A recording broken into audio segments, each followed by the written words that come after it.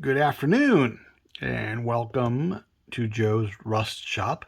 It's about 4 o'clock here, p.m. in Youngstown, Ohio, where I'm at.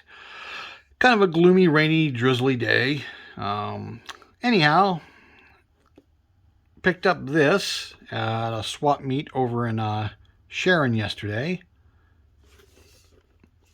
Or another reissue of a reissue. It appears to have the stock hubcaps, so I'm wondering if this version has the flat hood and the bench seat. I guess there is but one way to find out. I don't think I've ever opened a kit before reaching around a camera, but let's see. Actually, not so much a camera as a phone. There's our clear parts. And here's our wheels. So you got the Raider style and the Keystones. Oh yes, the stock hood is right there. So I'm assuming that in here somewhere is the bench seat. I believe they came with a couple of these. Let's see, there's a bench seat in here.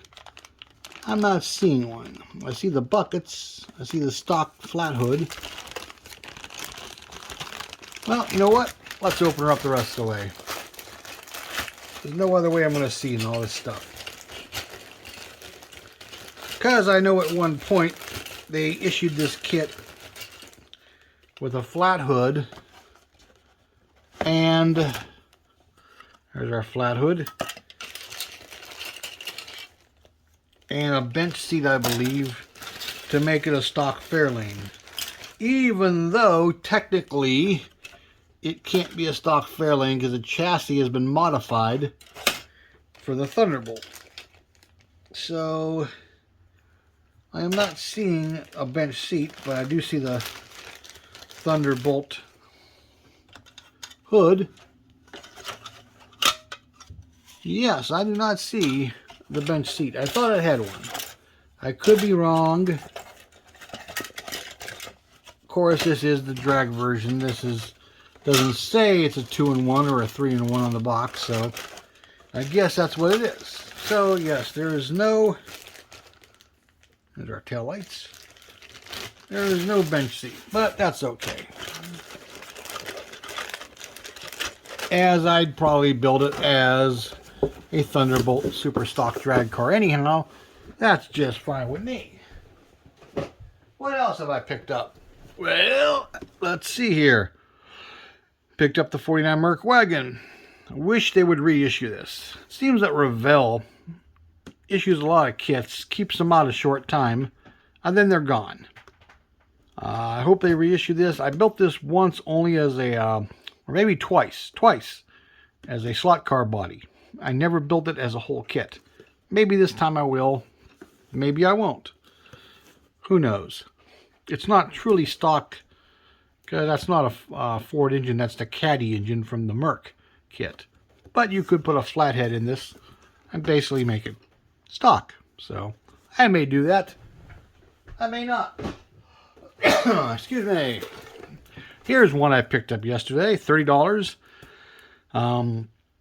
This is one of the first kits I ever built when I was much younger. Late 70s sometime. When did this come out? All rates reserved. It should be on here somewhere. Where? Morton Grove. I thought this was like 77 or so. Yep, 77. Duh. Missed it the first time. So I probably built this about 78 or so. There was a little hobby shop a couple blocks from my house, and this is one of the first kits I built. Couldn't get the decals to work. Of course, that's probably because I put it over bare plastic. At the time, I wasn't spray painting bodies. I more or less bought the ones that were molded in color and just brush painted the engine and the chassis and stuff like that. So, who knows what I'll do with it this time, but kind of want to relive my youth and see what I could do with this one. And I picked up one of the round 2 reissues. Not sure how I'll build it, but I figured it was out. I may as well get it. 24 bucks. Kits are going up, people. Kits are going up, just like everything else. Don't know why. I don't want to blame anybody in particular, but who knows? Picked up this one because I have on order, which hasn't shown up yet, the long bed resin conversion. And I picked up a resin, or 3D printed it looks like, Chevy grill to convert it over to a Chevy from the GMC. So I'm hoping that body shows up soon. Of course, I'll have to stretch the chassis a little bit with a little bit of a C-channel plastic, but that's not a big deal. And then I'll have a long bed version of the truck.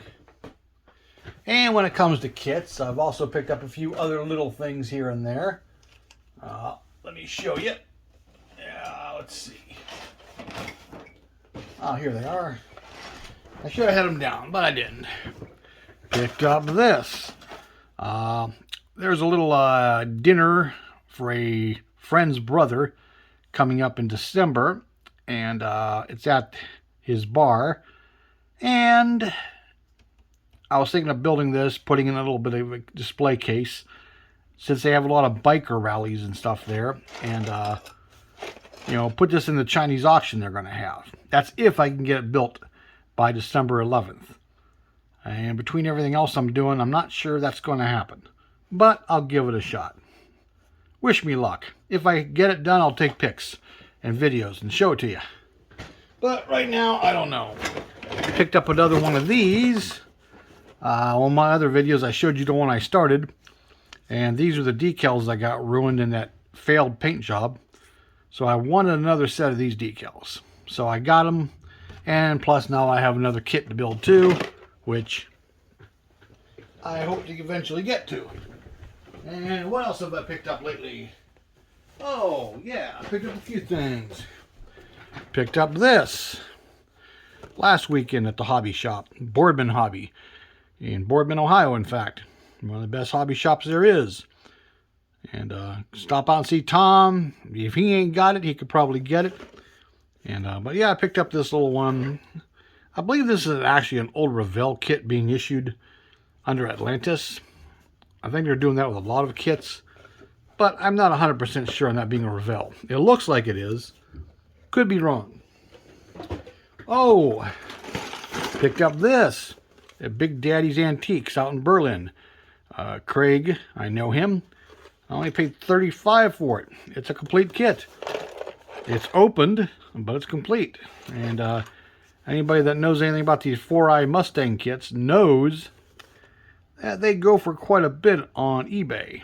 And for $35, that's not a bad deal. I couldn't believe the price. I thought, okay, it's got to be started, or it's got to be missing parts, or a total glue bomb. No, it's a whole kit. I was quite impressed with that price. So I was like, I'll take it. What else have I picked up here lately? Oh, yes.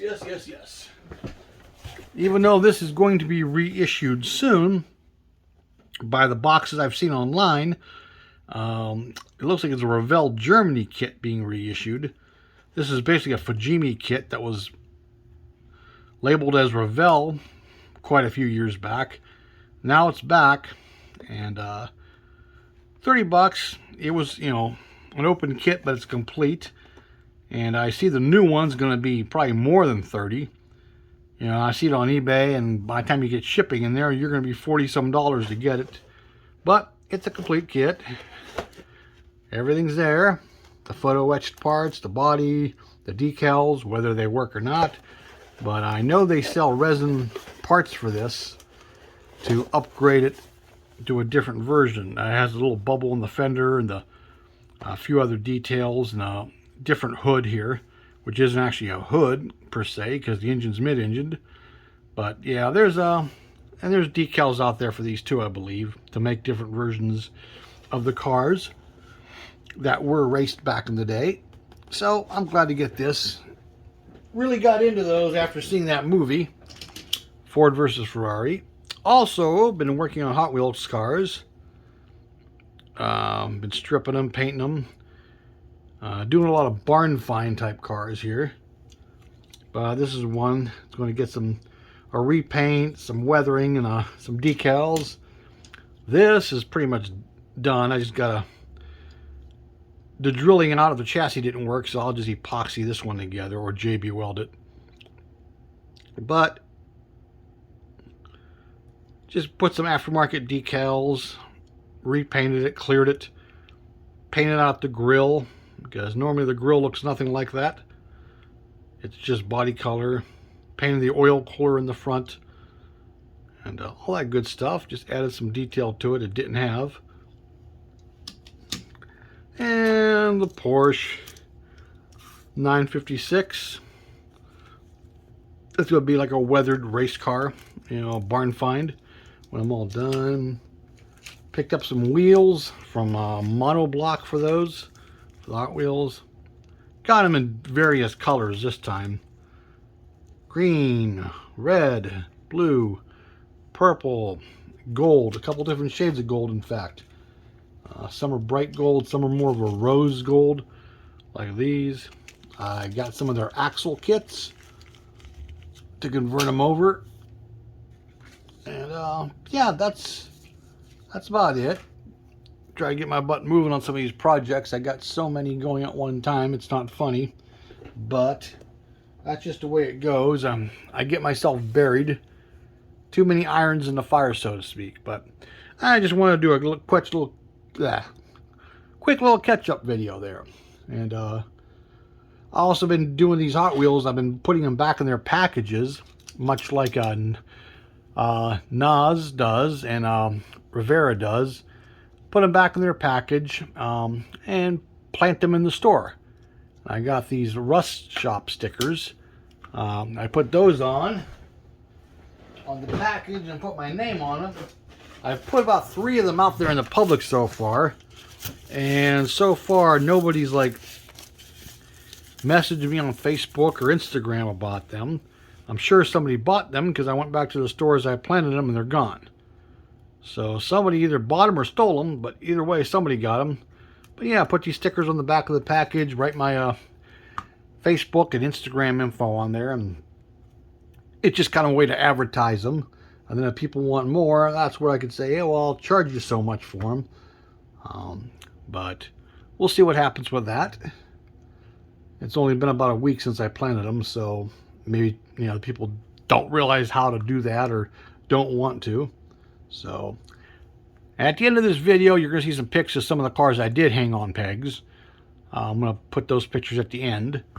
And that's about it. So until next time, whatever you're doing, just watching these videos, building, whether it's Hot Wheel redos or model cars, keep going. Have fun. Enjoy yourself. That's what the hobby's about. It can get overwhelming. You can get really into it. But if it keeps you out of trouble, it's worth every penny. That's how I look at it. So thank you guys and have a good one. Joe is gone.